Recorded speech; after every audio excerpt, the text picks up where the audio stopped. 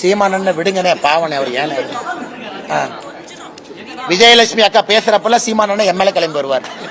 அவர் மாத்திர விஜயலட்சுமி அக்கா அங்கிருந்து அட்டாக் பண்ணுவாங்க, உடனே சம்பந்தம் இல்லாம சீமானண்ண எம்எல்ஏ அட்டாக் வருவார். அண்ணே நான் சீமானண்ண வம்பு கிழத்தினா அவர் விஜயலட்சுமி அக்காக்கு பதில் சொல்லணும். எங்கிட்டதுக்கு அவர் பேசுறாரு. அண்ணே நான் வம்பு கிழத்தின. அண்ணே நான் பெருந்தன்மையா சொல்றேன், ஜூன் 4ஆம் தேதி ரிசல்ட்டை நீங்க பார்க்க போறீங்க.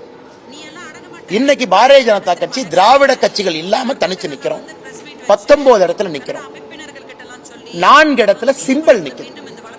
நீங்க சீமான் அண்ணனை பிஜேபியினுடைய 23 இடத்துல கம்பேர் பண்ண.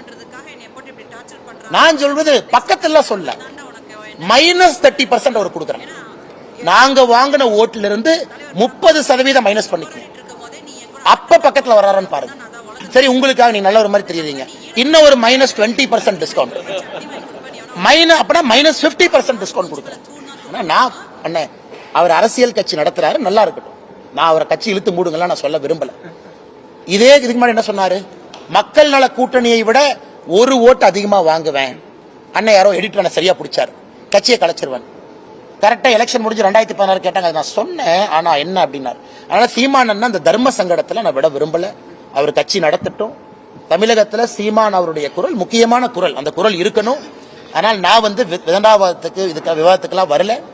சீமான் அண்ணன் மீது மரியாதை இருக்கக்கூடிய நபர் நான். சம்பந்தமே இல்லாத ஏதோ ஒன்னு டைவர்ட் பண்றதுக்கு எங்க மேல விட வேண்டாம் தான் நான் சொல்றேன். இதை பண்ணிட்டா அப்புறம் ஜூன் 4ஆம் தேதி உங்க மூஞ்சியை நான் பார்க்கணும், எங்க மூஞ்சி நீங்க பார்க்கணும். அதனால தேவையில்லாத ஏன் அந்த போட்டிக்கு அவர் வர்றாருன்னு எனக்கு தெரியும்.